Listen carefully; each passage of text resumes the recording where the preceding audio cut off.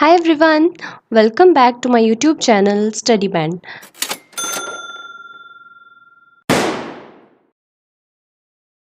I hope you all are good and आपकी studies भी काफ़ी अच्छे से चल रही होंगी. So after a long time I'm here.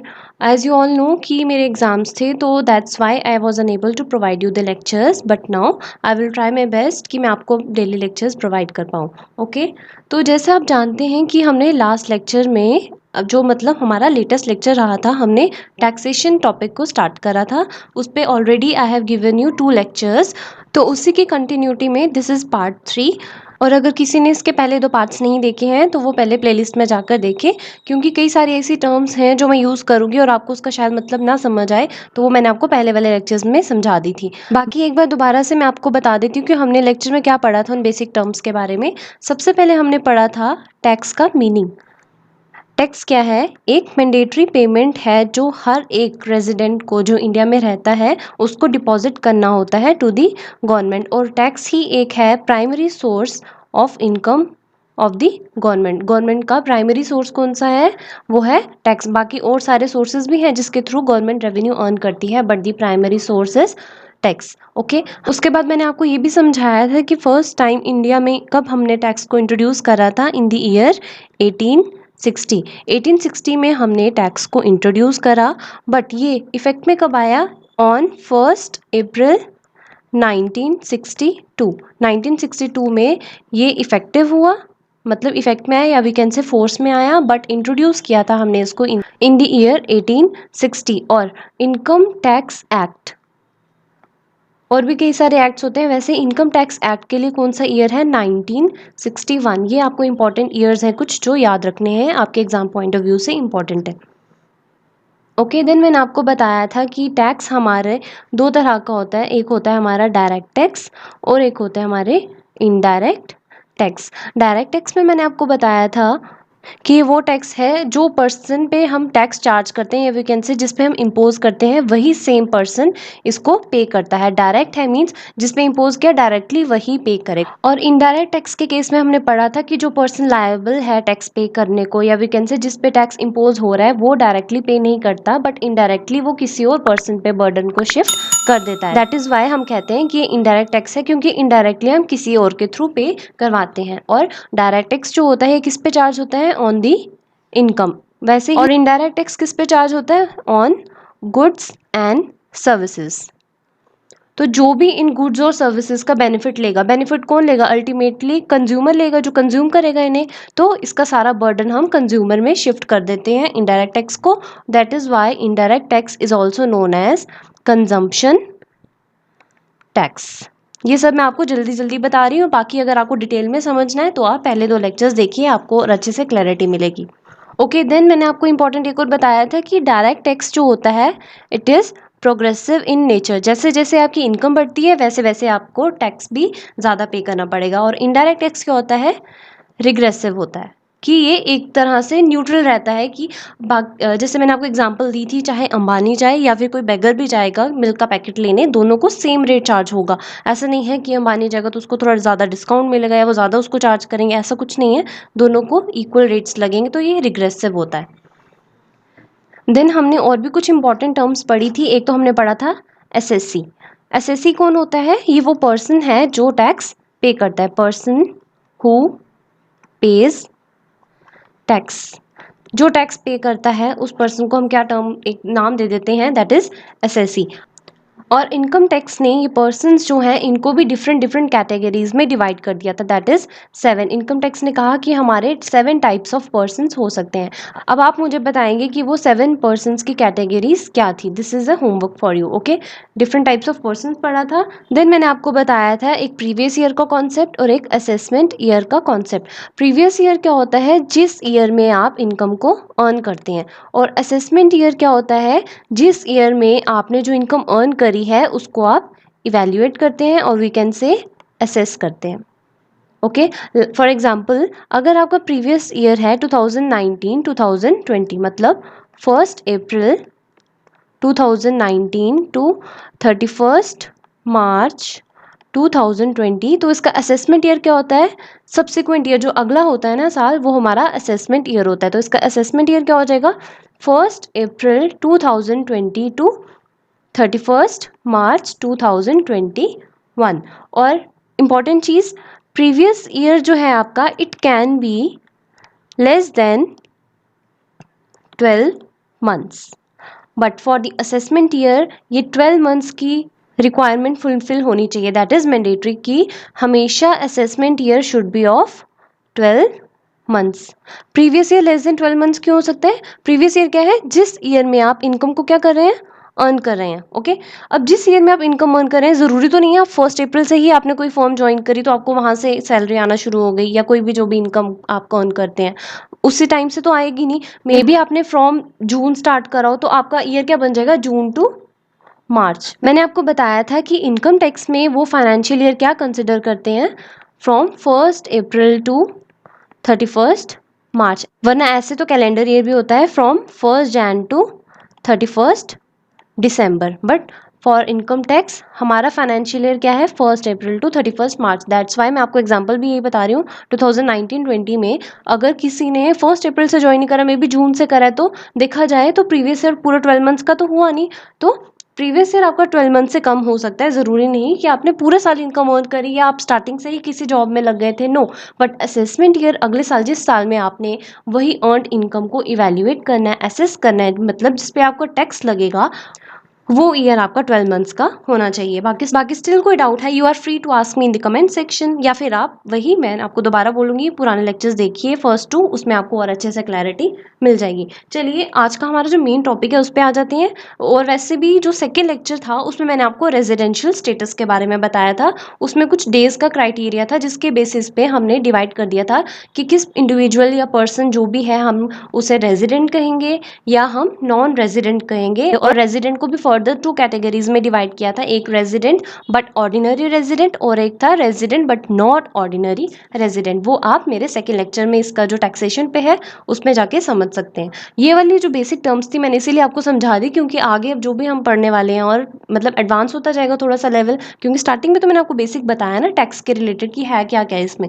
But now आज मैं आपको क्या बताऊंगी कि टैक्स को कैलकुलेट किस तरह किया जाता है इंडिविजुअल के इनकम पे या कुछ भी, तो अब वो फर्दर हम सीखेंगे। देखिए सबसे पहले मैंने आपको क्या बताया था, टैक्स की 2 टाइप्स होती हैं, एक तो था आपका डायरेक्ट टैक्स और एक था आपका इनडायरेक्ट टैक्स। और इफ यू स्टिल रिमेंबर मैंने आपको बताया था कि डायरेक्ट टैक्स की परफेक्ट एग्जांपल या सबसे बेस्ट एग्जांपल क्या है, इनकम टैक्स। वैसे भी डायरेक्ट टैक्स हमारा इनकम पे चार्ज होता है, तो डायरेक्ट टैक्स की बेस्ट एग्जांपल है इनकम टैक्स। और इनडायरेक्ट टैक्स क्या होता है, इनडायरेक्टली हम कंज्यूमर से चार्ज करते हैं, और इसके लिए एग्जाम्पल्स थी like goods and service tax हो गया, कस्टम ड्यूटी हो गया। और मैंने आपको ये भी कहा था कि आगे आने वाले लेक्चर्स में ये डायरेक्ट टैक्स और इनडायरेक्ट टैक्स को हम डिटेल में पढ़ेंगे। तो सबसे पहले आज हम शुरू करने जा रहे हैं अबाउट डायरेक्ट टैक्स। और डायरेक्ट टैक्स में क्या पढ़ेंगे हम, इनकम टैक्स के बारे में। ओके, और आपको बाकी अदर टैक्सेस पढ़ने की जरूरत नहीं है डायरेक्ट वाले में, हम सिर्फ इनकम टैक्स की बात करेंगे। तो इनडायरेक्ट जो है इसको हम बाद में करेंगे, ठीक है। सो देखते हैं ये इनकम टैक्स है क्या। Okay, income tax, income tax is a direct tax. ये मैंने आपको पहले ही बता दिया, इनकम टैक्स क्या है, एक डायरेक्ट टैक्स है which the government levies on the income of a person. From the name itself it is suggesting income tax. तो ये टैक्स किस पे लग रहा है, ऑन इनकम। पर्सन की इनकम पे टैक्स को लेवी करती है, या हम इसको बोल सकते हैं चार्ज करती है। सिंपली याद रखिए इनकम टैक्स एक ऐसा डायरेक्ट टैक्स है जो गवर्नमेंट किसी इंडिविजुअल या किसी भी पर्सन की इनकम पे लगाती है। ओके, और ये मैंने बता दिया आपको, डायरेक्ट टैक्स जो होता है it is progressive in nature. Then income does not only mean money earn in the form of salary. अब हमेशा ये नहीं है कि इनकम आप बोलोगे जो आपने सैलरी अर्न करी that is your income, no. और भी कई सारे सोर्सेज हैं जहाँ से आप इनकम अर्न कर सकते हैं। There are other sources of income also, such as income from giving house on rent. अगर आप किसी को अपना घर किराए पे दे दें या कोई एक स्पेसिफिकली एक रूम दे दें किराए पे, तो वहां से भी आप क्या अर्न कर रहे हैं, इनकम अर्न कर रहे हैं। Okay, then income from the sale of assets. For example अगर आपने कोई लैंड बेच दी अपनी, उसकी वैल्यू थी 1 लाख की, बट आपने उसको 1,50,000 का बेच दिया, still you are earning 50,000 profit. ये भी आपकी क्या है, इनकम है। ओके, देन जो बैंक में फिक्स डिपॉजिट्स करवाते हो एफडी, उसके ऊपर आप इंटरेस्ट रिसीव करते हो, that is also your income. तो आपको लिमिटेड नहीं रहना है कि इनकम सिर्फ सैलरी है, बल्कि there are various other sources also. Clear? Then Majorly, there are 5 heads of income under which various sources of income are categorized. क्या कह रहे हैं कि मेजरली जो अगर इनकम टैक्स की बात करें, हम क्या बात करें, टैक्सेशन, और टैक्सेशन का मेन जो उसको गवर्न कर रहा है, कौन कर रहा है, इनकम टैक्स एक्ट 1961। तो उसी के अकॉर्डिंग वो कहते हैं कि हमारे इनकम के 5 हेड्स हैं। ये आपको याद रखना है, एमसीक्यूज के फॉर्म में भी पूछ सकते हैं कितने हेड्स ऑफ इनकम है, तो उसका आंसर क्या होगा, 5। You have 5 heads of income जिसके अंडर हम अपने different different sources of income को कैटेगराइज कर देते हैं। देखिए, हेड्स हो गए अलग बात है, ये कंफ्यूज नहीं होना आपने हेड्स और सोर्सेज में, और सोर्सेज अलग है। हेड्स सिर्फ 5 है, बट सोर्सेज जो है वो कई सारे हो सकते हैं। जैसे मैंने आपको बताया, सोर्स है इनकम का, आप रेंट के थ्रू कर रहे हैं या फिर आप किसी एसेट को बेच के ला रहे हैं अपनी इनकम, किसी एफडी पे इंटरेस्ट आ रहा है तो वो इनकम हो रही है। तो ये डिफरेंट डिफरेंट सोर्सेज हैं। देखिए, जैसे आपका सोर्स क्या है, मैंने जैसे आपको बताया, आप रेंट के थ्रू इनकम कमा सकते हैं, एफडी का इंटरेस्ट आ रहा है वहां से इनकम कमाई, कोई एसेट बेचा वहां से इनकम कमाई, तो दैट आर सोर्सेज। ठीक है, बट इनकी हमने अलग अलग कैटेगरी बना दी, मीन्स इन सोर्सेज को हमने फर्दर ग्रुपिंग कर दी है अलग अलग हेड में, कि मीन्स अगर कोई एक्स हेड है तो यहाँ पे ये सोर्सेज आएंगे, वाई हेड है तो यहाँ पे ये सोर्सेज आएंगे। मीन्स हेड जो है उसके अंडर हमने डिफरेंट डिफरेंट सोर्सेज को क्लासीफाई करा है। ओके, तो हेड सिर्फ इनकम टैक्स ने कहा कि हम 5 हेड्स रखेंगे, बट एक हेड के अंदर कई सारे सोर्सेज हो सकते हैं। तो देखते हैं वो 5 हेड्स क्या हैं। अब सबसे पहला कौन सा है, income from salary, then second one income from house property, third income from capital gains, fourth income from business and profession, then income from other sources. अब अगर इनकम फ्रॉम सैलरी की बात की जाए, pension is also a part of salary, then PF की बात करें, provident fund, वो भी एक सैलरी का ही पार्ट है, देन ग्रेचुइटी हो गया। ये सब जितने भी सोर्सेज हैं, डिफरेंट ये सोर्सेज है ना, पेंशन के थ्रू किसी को इनकम आ रही है, किसी को पीएफ के थ्रू है, किसी को ग्रेचुइटी के थ्रू, तो ये सब एक तरह से सैलरी का ही पार्ट है। तो एक हमने उसके लिए स्पेसिफिक हेड बना दिया, इनकम फ्रॉम सैलरी। वैसे ही इनकम फ्रॉम हाउस प्रॉपर्टी, वही अगर आपने किसी को अपना घर या कोई भी रूम एक किराए पे दिया है, वहां से आपको अगर इनकम अर्न हो रही है तो उसको किस हेड के अंदर डाल देंगे हम, इनकम फ्रॉम हाउस प्रॉपर्टी। आपने कोई अपनी पूरी बिल्डिंग ही एक रेंट पे दे दी अलग से, ऑफिस के लिए, किसी को कुछ भी हो सकता है जो भी, तो सब जो हाउस के रिलेटेड है आप इनकम अर्न करेंगे अपने हाउस से, that will come under the head income from house property. Then income from capital gains, ये कैसे होगा, through the sale of capital asset, या सिंपली आप बात कर सकते हैं जो आपके फिक्स्ड एसेट्स हो गए। लाइक आपने लैंड बेची, मैंने आपको पहले एग्जांपल बताई, 1 लाख की थी, 1,50,000 की बेच दी, तो बीच में आपको गेन हो रहा है 50,000 का, तो हम कहेंगे 50,000 is your capital gain.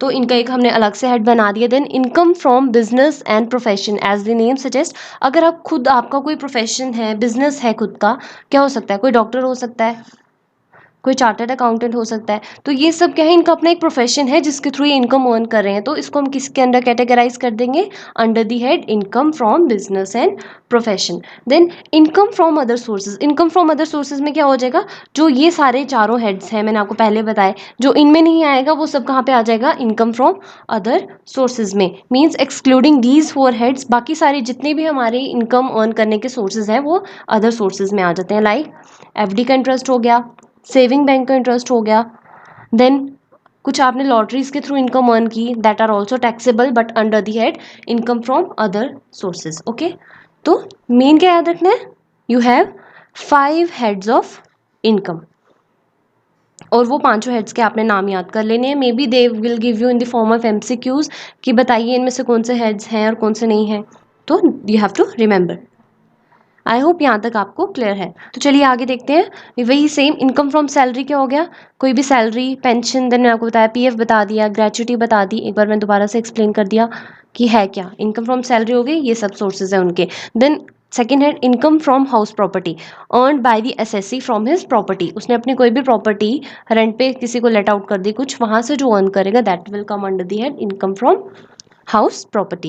Then income from capital gains, income from the sale of capital asset, shares are also your form of, एक तरह से asset ही है आपके, कहीं पे आप invest कर रहे हैं, that is मतलब investment है तो आपको asset है, वहां से जो भी आप income earn कर रहे हैं that will come under the head capital gains. Then income from business and professions, इसमें क्या है, it is earned by the self employed person, जैसे मैंने बताया डॉक्टर्स हो गए, LIC एजेंट्स हो गए, लॉयर्स हो गए, चार्टर्ड अकाउंटेंट्स हो गए, तो they have their own profession जिसके through they are earning their income.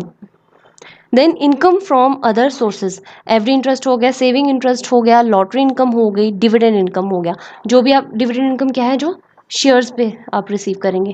But यहाँ पे देखिए, जो शेयर्स पे आप डिविडेंड इनकम रिसीव करेंगे वो अदर सोर्सेज में आएगा, बट जो शेयर्स बेच के, ये सेल की बात हो रही है ना यहाँ पे, जो आप सेल करके शेयर्स को पैसे जो अर्न करेंगे, मीन्स जो उसका प्रॉफिट मतलब या फिर कैन से गेन का पार्ट होगा, that will come under the head capital gain. और अगर आपको ये याद हो, मैंने आपको जब अकाउंट्स में बेसिक टर्म्स बताई थी, एक था प्रॉफिट, एक था गेन। इसमें मैंने आपको डिफरेंस बताया था कि प्रॉफिट क्या है, जो आप डेली कुछ ना कुछ किसी को कोई भी चीज़ सेल करके अर्न कर रहे हैं। बट गेन क्या है, ये नॉन रिकरिंग नेचर का होता है, ये रूटीन में नहीं होता। और क्या होगा, ऐसा तो है नहीं कि आप हर दिन अपना फर्नीचर चेंज कर रहे हैं, हर दिन अपना कोई भी एसेट बेच रहे हैं। नो, एसेट कभी कभार जब आपको लगेगा काफ़ी ज़्यादा इसकी मतलब लाइफ अब रही ही नहीं है, मतलब इसको बेच देना चाहिए, रिप्लेस कर देना चाहिए, जब आप उस एसेट को बेच दोगे, उसके थ्रू जो आप इनकम अर्न करते हो, दैट विल बी गेन। उसको हम ये नहीं कहेंगे कि हमने अपने एसेट को बेचकर प्रॉफिट कमाया, नो, हम बोलते हैं हमें गेन हुआ। तो वैसे ही यहाँ इनकम टैक्स में भी इनकम फ्रॉम कैपिटल गेन क्या है, जो हमने अपने कैपिटल एसेट को बेच के अर्न करा या शेयर्स बेच के, they are also kind of investment. Okay, then ये हो गए हमारे डिफरेंट हेड्स। उसके बाद है how income tax levies tax in India, या we can say income tax किस तरह से, जो इनकम टैक्स डिपार्टमेंट है जो भी है, वो किस तरह से टैक्स को चार्ज करता है। ओके, टैक्स किस तरह से लगता है देखते हैं। टैक्स सिस्टम ऑफ इंडिया, जो इंडिया का टैक्सेशन का सिस्टम है, it follows income tax slabs. ये किसको फॉलो करते हैं, इनकम टैक्स स्लैब्स को, फॉर लेविंग, या बोल सकते हैं for charging the tax on the income of an individual. किसी इंडिविजुअल की इनकम पे टैक्स चार्ज करने के लिए इनकम टैक्स वाले इनकम टैक्स स्लैब्स का यूज़ करते हैं। Different tax rate applies to the different ranges of incomes. अलग अलग टैक्स रेट हम अलग अलग रेंज ऑफ इनकम पे अप्लाई करते हैं, वी कैन से चार्ज करते हैं। और उन्हीं डिफरेंट डिफरेंट रेट्स जो अलग अलग ब्लॉक्स बन जाते हैं, स्लैब भी एक वी कैन से एक तरह से ब्लॉक है, एक ब्लॉक बन जाता है। डिफरेंट डिफरेंट इनकम के बेसिस पे हम टैक्स रेट चार्ज करते हैं। शायद थोड़ा कॉम्प्लिकेट लग रहा हो, देखिए मैं आपको एग्जांपल से इजी वे में समझाती हूँ। हो सकता है ये है पर्सन ए, ये है पर्सन बी। ए की इनकम है 10 लाख, बी की इनकम है 11 लाख। अब इसकी इनकम कम है, इसकी इनकम ज़्यादा है, तो मे बी 10 लाख वाले पर्सन को 30% टैक्स लग रहा है, 11 लाख वाले पर्सन को 50% टैक्स लग रहा है। ये नहीं है एक्चुअल रेट्स, तो मैं आपको बताऊंगी, but just for the sake of an example. देखिए जैसे जैसे इनकम वेरी कर रही है, वैसे वैसे टैक्स रेट भी चेंज हो रहा है। तो मैंने यहाँ पे यही लिखा था, different tax rates applies to different ranges of income. इसकी इनकम की अपनी रेंज है, इसकी अपनी है, तो टैक्स रेट भी डिफरेंट है, यहाँ 30 है, यहाँ 50 है। तो यही एक तरह से उन्होंने स्लैब्स बना दी है इनकम टैक्स वालों ने, जिसके बेसिस पे वो टैक्स चार्ज करते हैं। तो घबराइए मत, आगे मैं आपको डिटेल में बताती हूँ ये स्लैब सिस्टम है क्या और किस तरह से मतलब ये डिफरेंट डिफरेंट रेंजेस के बेसिस पे उन्होंने टैक्स रेट्स बनाए हैं, वो मैं आपको बताऊंगी। बट फिलहाल के लिए अभी थोड़ा बहुत माइंड में आपको कुछ तो बैठ रहा होगा ना, बस मैं चाहती हूँ एक बार आपका बेस बन जाए अच्छे से, देन वी विल स्टडी कि किस तरह से इनकम टैक्स मतलब कैलकुलेट किया जाता है। Okay, the slabs of income tax changes from year two year. अभी जो स्लैब्स हैं, या वी कैन से ये स्लैब रेट्स हैं, अलग अलग बताया ना, यहाँ इस इनकम पे इतना रेट लगेगा, उस इनकम पे इतना रेट लगेगा। तो ये जो स्लैब रेट्स होते हैं, ये हर साल चेंज होते हैं, जैसे जैसे नया नया बजट आता है, हर बजट में ये स्लैब रेट्स को चेंज कर देते हैं। Okay, now categories of individual as per income tax act. Income tax वालों ने जो इंडिविजुअल है उसको डिफरेंट डिफरेंट कैटेगरीज में डिवाइड कर दिया है। लाइक अब आपको कंफ्यूज नहीं होना, एक तो मैंने आपको स्टार्टिंग में बताया था एसएससी की डिफरेंट डिफरेंट कैटेगरीज। एसएससी ही पर्सन है, और पर्सन इंडिविजुअल भी हो सकता है, और भी कई सारे हैं जो मैंने आपको खुद कहा है कि आप मुझे बताएंगे कि क्या क्या डिफरेंट टाइप्स ऑफ 7 पर्सन हैं, वो आप मुझे खुद बताएंगे। बट उनमें से एक पर्सन कौन हो सकता है, इंडिविजुअल हो सकता है। ठीक है, अब हमने यहाँ पे अब जितना भी आगे होगा इंडिविजुअल पे ही मेन फोकस करके चलेंगे। और भी कई सारे पर्सन्स हैं कैटेगराइज किए हैं इनकम टैक्स ने, बट मेन इंडिविजुअल की बात की जाए तो इनकम टैक्स वाले बोलते हैं कि आपके इंडिविजुअल्स 3 तरह के बेसिस पे हम डिवाइड कर देते हैं। First one, individuals having age less than 60 years. एक उन्होंने कहा जिसकी एज लेस देन 60 ईयर्स है उनको अलग ब्लॉक में डाल दें। ये होते हैं एक तरह से बोल सकते हैं नॉर्मल इंडिविजुअल्स, जो मतलब लेस देन 60 ईयर्स के नॉर्मल हैं। ठीक है, अब आप दूसरे वे में नॉर्मल एबनॉर्मल मत ले जाना, नॉर्मल ऐसे जस्ट एक वर्ड दे दिया कि नॉर्मल एसएससी है, नॉर्मल इंडिविजुअल है। अब एक इंडिविजुअल्स होते हैं between age of 60 and 80 years. ये था लेस देन 60, देन है 60 से 80 तक एक ऐसे इंडिविजुअल्स हो गए, और 60 से 80 तक वाले इंडिविजुअल्स को ये क्या बोलते हैं, senior citizens.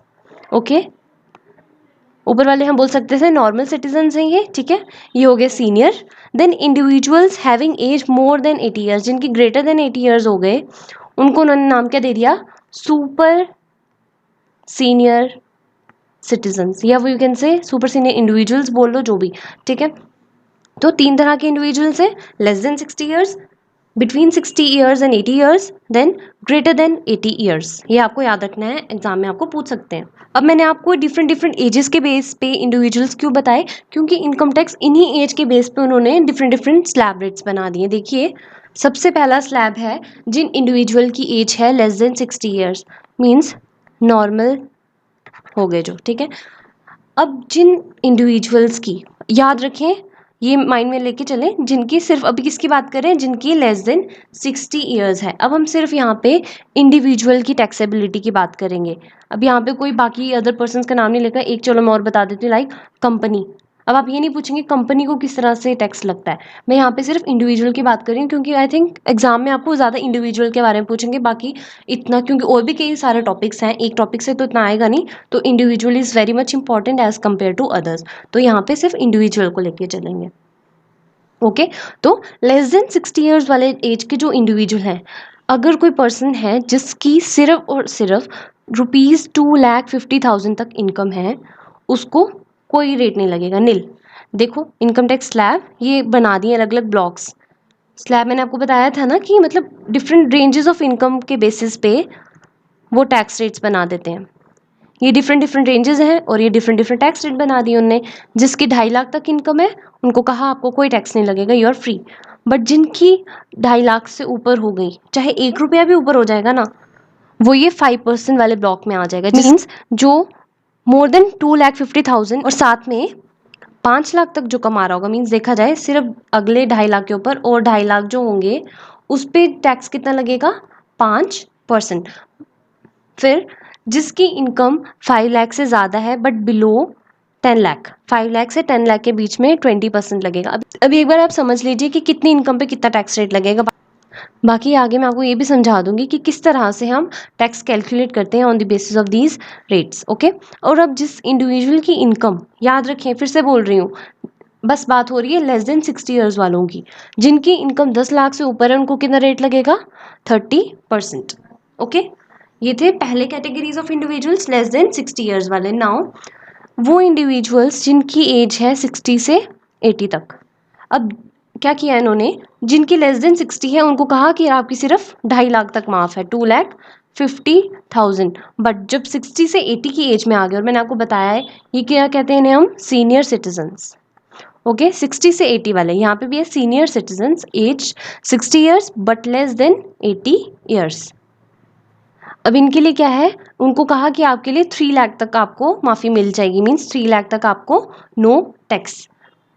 But less than 60 वाले में क्या था कि 2.5 लाख तक सिर्फ आपको माफ़ किया जाएगा, बट यहाँ पे है 3 लाख तक आपको कोई टैक्स नहीं देना है। Then above ₹3 lakh and up to ₹5 lakh, means 3 lakh से 5 लाख तक कितना रेट लगेगा, 5, वही सेम आ गया। देन 5 से 10 20, देन अबव 10 लाख 30। बट यहाँ पे बस मेन डिफरेंस क्या है, यहाँ पे 2,50,000 की जगह है 3 लाख। क्लियर।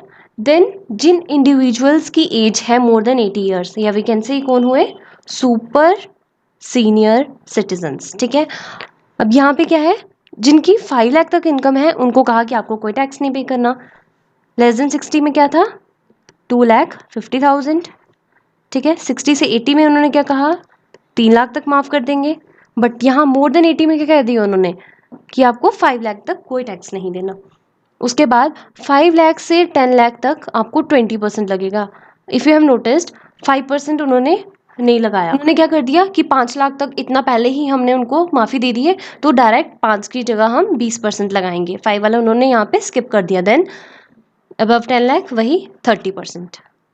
एक बार आप इसको देखेंगे ना, बहुत इजी लगेगा। अभी फर्स्ट टाइम जो देख रहे हैं ना, तो थोड़ा बहुत होगा, कॉम्प्लिकेट होगा, बट एक बार दोबारा से आप बार बार रीड करेंगे ना, कंपेयर करने में काफ़ी इजी हो जाएगा, और बहुत इजी है। बस थोड़ा अमाउंट्स का डिफरेंस है बीच में, बाकी ऑलमोस्ट सब रेट्स सिमिलर हैं। ओके, अब मैं आपको एक बार समझाती हूँ कि किस तरह से इनकम टैक्स कैलकुलेट किया जाता है, ठीक है।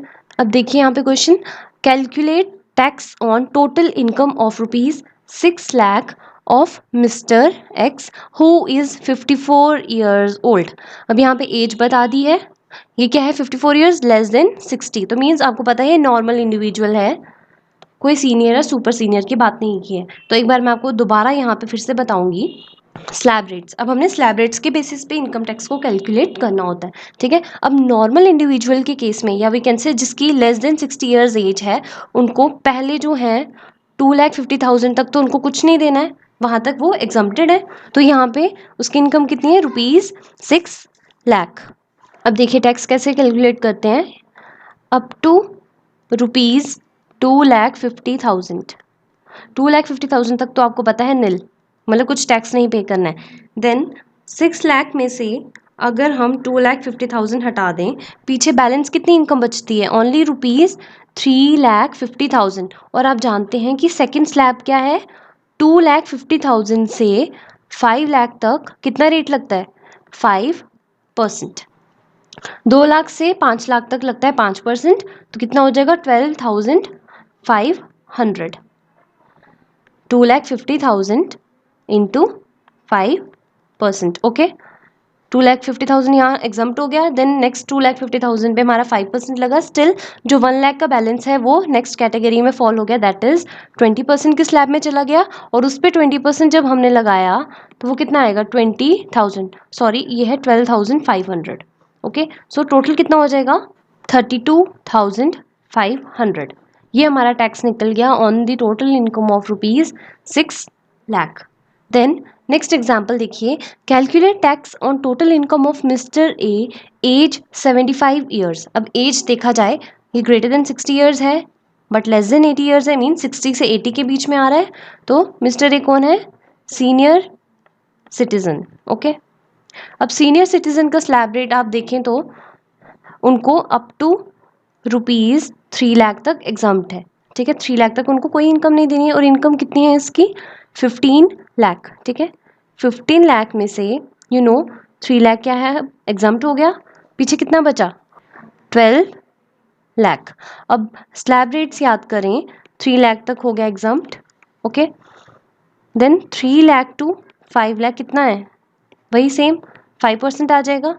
अब 3 लाख से ऊपर जितना है बट 5 लाख तक कितना हुआ, यहाँ पे सिर्फ 2 लाख की बात की, मीन्स 2 लाख पे 5% लगाएंगे, कितना आएगा, 10,000। तो 15 लाख में से 3 लाख भी चला गया जो एग्जाम था, देन फर्दर 2 लाख पे हमने 5% लगा दिया, still we have balance of ₹10 lakh. अब नेक्स्ट स्लैब क्या होती है हमारी, 5 लाख से 10 लाख, उस पर कितना रेट लगता है, 20%। तो 5 लाख पे 20% कितना आ जाएगा, 1 लाख। यहाँ पे मैंने क्या किया, 2 lakh into 5%, then 5 lakh into 20%। Now 15 lakh में से 3 लाख हमारा पहली रेंज का जो था वो एग्जाम्प्ट हो गया। 3 लाख से 5 लाख तक यहाँ पे 2 लाख पे टैक्स लग गया। यहाँ 5 लाख से 10 लाख पे 5 लाख में टैक्स लग गया। 3 लाख, 2 लाख, 5 लाख, कितना वो टोटल 10 लाख। बट हमारी टोटल इनकम है 15 लाख, स्टिल हमारा 5 लाख बचा है। तो वो 5 लाख किस कैटेगरी में चला गया, ग्रेटर देन 10 लाख। और ग्रेटर देन 10 लाख वाली स्लैब पे क्या रेट लगता है, 30%। और कितना बचा है हमारा, सिर्फ 5 लाख।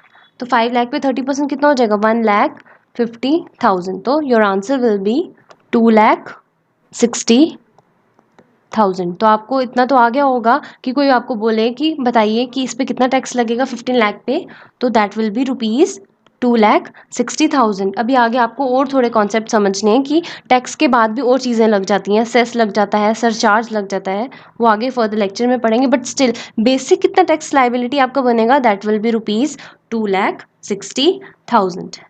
आई होप आपको यहाँ तक क्लियर है कि किस तरह से on the basis of different ranges of income हम किस तरह से स्लैब रेट्स का यूज़ करते हैं। नाउ अब आपके लिए क्वेश्चन है, आप मुझे बताएंगे इनकम टैक्स कैलकुलेट करके on the income ₹12 lakh. 12 lakh है इनकम, ओके, और पर्सन की एज है 85 years. So this is your homework, आप मुझे इस पे टैक्स कैलकुलेट करके बताएंगे, ओके। अब आगे फर्दर चलते हैं। एक मैं आपको बता दूं कि एज पर द लेटेस्ट बजट उन्होंने क्या करा, इनकम टैक्स को 2 कैटेगरीज में बांटे। उन्होंने कहा कि as per old regime and new regime. Income tax वालों ने चॉइस दे दी कि या तो आप वैसे ही टैक्स रेट लगाते रहें जैसे लगाते थे, वही जो मैंने आपको प्रीवियस स्लैब्स बताई इंडिविजुअल्स की, या फिर उन्होंने कहा कि new regime means new rules के हिसाब से क्या कर दें, आप सबको सेम टैक्स रेट लगाएं, whether it is individual of less than 60 years, चाहे 60 से 80 में हो या ग्रेटर देन 80 हो, उन सबको ये वाले टैक्स कैटेगरी में फॉलो कर दो। नहीं तो वैसे ही आप जो 2.5 लाख 3 लाख वाला क्राइटेरिया करते थे उसके अकॉर्डिंग चलिए। अब यहाँ पे कंफ्यूज नहीं होना है, ये वही है, उन्होंने इसको थोड़ा शॉर्ट में करके बता दिया है। जो 2.5 लाख तक था नील था, ये उन्होंने सिर्फ 60 ईयर्स वाले की बात की। देखिए अब जो 2.5 से 5 तक था उसको 5% लग रहा था, देन 5 से 10 वालों को 20 लग रहा था, अगर आपको याद हो तो 5 to 10 20% लग रहा था। देखिए 5, ये 5 से 10 ओवरऑल 20 ही लग रहा है यहाँ पे। वो तो बस उन्होंने डिफ्रेंशिएट करना था, यहाँ पे न्यू रिजाइम में अलग अलग रेट्स हैं, दैट्स वाई यहाँ पे लिखा है, अदरवाइज ये पुराने रेट्स ही हैं। देन अबव ₹10 लाख जो थे वो 30% लग रहा था। ओके तो यहाँ पे सिंपल मैं आपको बताने की कोशिश कर रही हूँ कि उन्होंने कहा कि या तो आप इस तरह से रेट्स लगाएं जैसे लगाते आ रहे थे, या तो न्यू रेट्स के हिसाब से, मीन्स इंडिविजुअल को कैटेगराइज ना करें, यही सबके लिए न्यूट्रल रेट्स को फॉलो कर सकते हैं। बट वहाँ पे मैंने आपको बताया मेजरली आप वही याद रखिए कि मतलब अलग अलग इंडिविजुअल को कैसे टैक्स रेट लगाया जाता है, बाकी आप इसको सिंपली याद रख सकते हैं, तो इससे भी आपका आंसर निकल जाएगा। मैंने आपको उन रेट्स के अकॉर्डिंग कैलकुलेट करके बता दिया, बाकी अदरवाइज अगर एग्जाम पॉइंट ऑफ व्यू से बात की जाए आप कंफ्यूज हो जाएंगे कि इन रेट्स के अकॉर्डिंग निकाल के आए या इन रेट्स के अकॉर्डिंग, तो वो डिपेंड करेगा कि आपको ऑप्शंस क्या दिए हैं। ऑप्शंस आपके ओल्ड टैक्स रेट के हिसाब से निकल रहे हैं या फिर इन एज पर न्यू। ओके और जितने अभी तक मैंने आपको स्लैब रेट्स बताए हैं सब ये लेटेस्ट हैं अभी तक के, कुछ भी वो लेटेस्ट बाद में चेंज आएगा, अपडेट होगा तो मैं आपको बता दूंगी, बाकी ये लेटेस्ट स्लैब रेट्स ही मैंने आपको बताए हैं। ओके तो हमने आज बस यही मेजर जो मेरा यहाँ पे मोटिव था आज यही था कि मैं आपको बताऊं कि किसी इनकम पे टैक्स किस तरह कैलकुलेट किया जाता है। ठीक है तो आई होप वो आपको अच्छे से समझ आया। बार बार आप क्या करें, वो जो स्लैब रेट्स है ना, थोड़ा एक बार आप उसको एक पेज पे चार्ट बना दें, तो मैंने आपको डिफरेंट डिफरेंट स्लाइड्स में बताया ना, आप एक ही पेज पे तीनों को बनाएं चार्ट्स को और कंपेयर करें, देखिए it will be very much easy for you, बहुत ईजी लगेगा आपको, कोई इतना कॉम्प्लिकेट नहीं है, ना ही घबराना है, बहुत ईजी है। और मैंने आपको स्टेप बाय स्टेप भी बताया कि किस तरह से हम टैक्स को कैलकुलेट करते हैं, और क्वेश्चन भी दिया है एक आपको एज अ होमवर्क कि आप खुद एक बार प्रैक्टिस करें कि आंसर क्या होगा, तो वो आप मुझे कमेंट सेक्शन में बताएंगे, then I will let you know कि आंसर ठीक है या नहीं। और बाकी अब हम कल करेंगे, आज के लिए इतना ही रखेंगे। कल हम क्या करेंगे, जो मैंने आपको यहाँ बताई ना कि इस इनकम पे इतना टैक्स निकालेंगे, उस इनकम में अब हम फर्दर सीखेंगे। ये तो हमने बता दिया कि ये इनकम है तो इस पर टैक्स लगाएं, बट वो जो इनकम है वो कैसे आई, उसको टोटल इकट्ठे मतलब कॉम्प्यूट कैसे किया हमने टोटल इनकम, वो हम सीखेंगे in the coming lecture. So that's all for today, and if anyone is new to the channel then please subscribe and don't forget to hit the bell icon for regular updates. So stay tuned for my next video. Thank you.